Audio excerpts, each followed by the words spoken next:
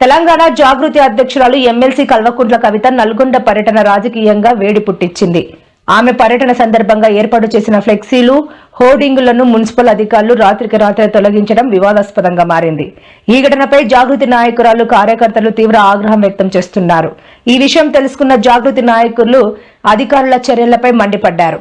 కవిత ప్రజలతో సమావేశం కావడాన్ని అడ్డుకునేందుకే ఉద్దేశపూర్వకంగా ఈ చర్యకు పాల్పడ్డారని వారు ఆరోపిస్తున్నారు.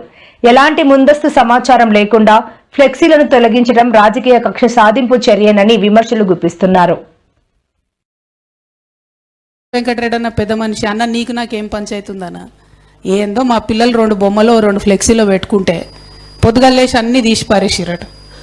ఎందుకు తీసి పారేసిరని అడుగుదామని పోతే పోలీసు వాళ్ళు అరెస్ట్ చేసిరట వాళ్ళని. అవసరమా అన్న? 2-3 చిన్న పిల్లలు, జాగృతి పిల్లలు ఏదో చేసుకుంటారు వాళ్ళ పని వాళ్ళు. జర మీ పోలీసు వాళ్ళకి చెప్పి మా పిల్లల్ని రిలీజ్ చేయమని నేను కోరుతా ఉన్నా. ఎందుకంటే నేను ప్రజా సమస్యలు మాట్లాడడానికి వస్తూ ఉన్నా తప్పితే ఏదో పాలిటిక్స్ చేయడానికి వస్తలేను. పాలిటిక్స్ చేసినప్పుడు నల్గొండలో డెఫినెట్గా మీకు పోటీదారులు గట్టోళ్ళని మంచిగా దింపుతాం. ఆ టైంలో పాలిటిక్స్ చేద్దాం. ఇప్పుడు మాత్రం దయచేసి అనవసరంగా మీరు జాగృతి కార్యకర్తలతో పెట్టుకోకండి. జాగృతి కార్యకర్తలతో పెట్టుకున్నాడు ఎప్పుడు కూడా బాగుపడలే. కాబట్టి దయచేసి పెట్టుకోవద్దని చెప్పి కోమటిరెడ్డి వెంకటరెడ్డి గారికి చెప్తూ మా యువ కార్యకర్తలందరిని అరెస్ట్ చేసిరు. వాళ్ళని రిలీజ్ చేయవలసిందిగా నేను డిమాండ్ చేస్తా ఉన్నా.